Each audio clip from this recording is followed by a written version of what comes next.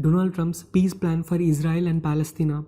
The President Donald Trump has come up with a Middle East plan, peace to prosperity, a vision to improve the lives of the Palestinian and Israel people.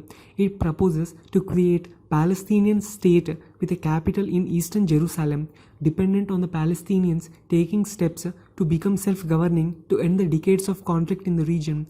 Israel would control a unified Jerusalem as its capital and not require it to uproot any of the settlements in the West Bank. See, what is a plan for Israel? Israel gets a unified Jerusalem as its capital, and it does not have to dismantle any of its illegal settlements in the West Bank. The plan says that the Jordan Valley, which is critical for Israel's national security, will be under Israel's sovereignty.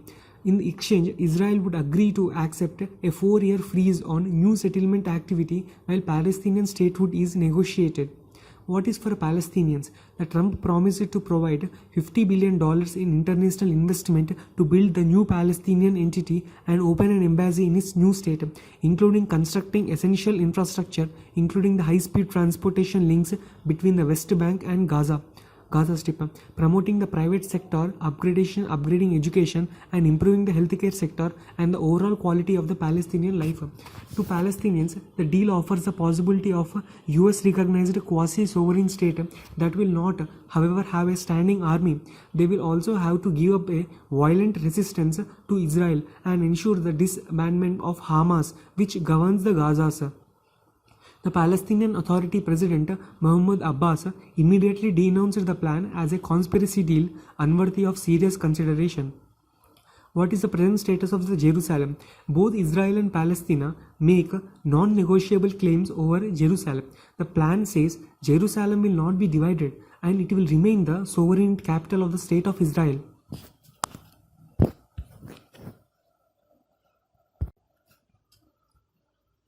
The capital of the Palestina can occur far-flung eastern neighborhoods lying beyond the existing security barrier, which are renamed Al-Quds, the Arabic name for Jerusalem. You can see here the maps of the current and the proposed territories. For any peace process to be successful, the first step is to take all the conflicting parties into confidence. By that stand, US President Donald Trump's peace plan for Israel and Palestine is a failure. The Palestinians believe that Mr. Trump, whose administration recognized Jerusalem as Israel's capital in 2017, is not an impartial negotiator between the two sides.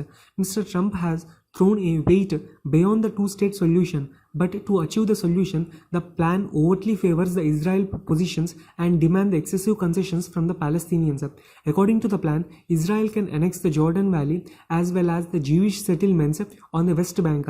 It also recognizes Jerusalem as undivided capital of Israel, while the Palestinian capital could come up in the eastern outskirts of the city. It proposes to enlarge Gaza Strip and swap the Arab population's towns in the southeast Israel with the Palestinian parts from the West Bank.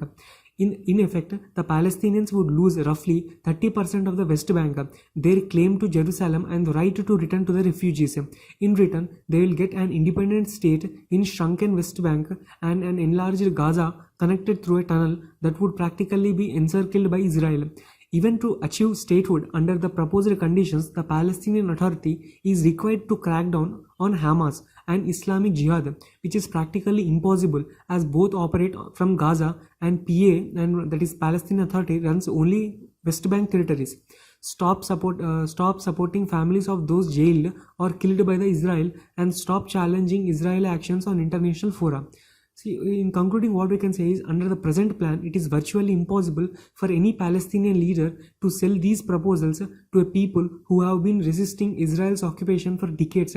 Any plans going forward that seeks constructive and lasting peace should include Palestinians' participation from the beginning, rather than the unilateral imposition by the USA. We also have the Oslo Accords. They are set of an agreements between the government of the Israel and Palestinian Liberation Organization, PLO. The first Oslo Accord was signed in Washington, D.C. in 1993, and the second Oslo Accord was signed in Egypt in 1995.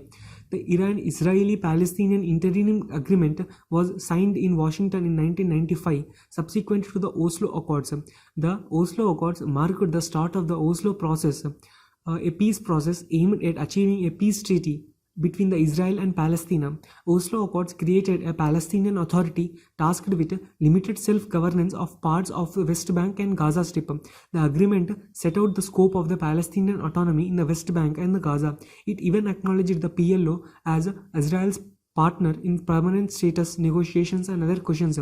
The most important questions are related to the borders of the Israel and Palestine, Israel's settlements and the status of the Jerusalem, Israel's military presence in the and control over the remaining territories after Israel recognition of the Palestinian autonomy, and the Palestinian right of a return.